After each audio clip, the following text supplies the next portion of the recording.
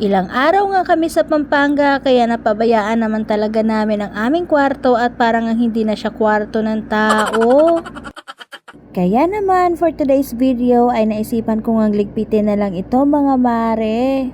Hindi kasi talaga namin naasikaso ito ng mga nakaraan kaya ayan na ipon-ipon na talaga. Maghahating gabi na nga yan at kagigising ko lang kaya bago ako magsimula ay maghihilamos muna ako ng mukha. Bahala, wala ligo, basta kahilamos. Katapos nga ay pinagsama-sama ko lang itong mga labahan at pinaghiwalay yung puti sa decolor para sa isang salangan. Ngayon ko nga lang mga mare napagtanto na hindi lang pala sa probinsya yung merong bundok dahil sa bahay meron ding gabundok.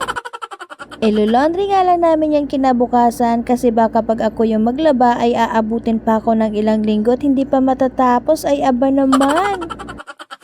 Wash nga lang pala ang ipapagawa ko dyan para naman ang sa ganun ay makakatipid din at dito ko na lang siya sa bahay isasampay. At pagkatapos kong ang asikasuhin ay ayan itinabi ko na lang muna sa gilid at bali 3 sala nga pala yan para kinabukasan. Sinimulan ko na din pala agad ligpitin itong aming cabinet at ikinahon ko naman yung mga damit na hindi naman namin masyadong ginagamit.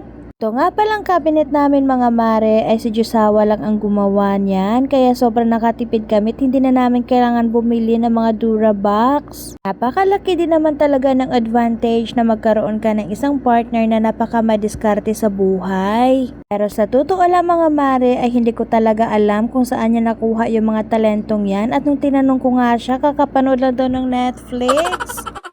O diba pati sa sagutan talented din. Wala talaga kaming ipon na pera at puro alikabok na lang talaga, o diba? Tamang walis na lang muna ako dyan bago ko sinimulan itong syurak dahil sobrang kalat na din talaga. Tsaka ko na nga lang aayusin yung nasa ibaba dahil sobrang pagod na talaga ako ng mga oras na yan. Eto na nga pala siya nung matapos ko ng ligpitin pero ayan nakaramdam nga ako ng gutom kaya naisipan kong magluto. Tamang-tama din naman kasi na meron kaming mini pot na nabili dito nung isang araw kaya sabi ko ay bubuksan ko na para magamit na din. Madalas ko nga pala itong nakikita sa ibang mga vlogs kaya sabi ko nung makita ko ito na lang aming bibilhin. Hinugasan ko na nga lang yan saglit at nilagyan ko na rin ng tubig para makapagsimula na ako magluto ng pansit canton. Sinabayan ko na nga lang yan ng itlog, hotdog at mga ilang longganisa para naman maging perfect ang ating pansit canton, o diba? Sobrang natuwa lang din talaga ako sa mini pot na ito at ang bilis nga lang niyang gamitin at napakabilis din kumulo ng niluto. Meron pa nga pala siyang pihitan para mapahinaan o mapalakasan mo yung init at napaka-convenient talaga itong gamitin lalong-lalo na sa mga estudyante. O mare, hindi sponsored yan at wala pa tayong ganyan, pero baka naman. Ilang minuto nga lang ay ayan tapos ng lahat ng mga niluluto ko kaya ano pang gagawin natin, kain na tayo mga mare.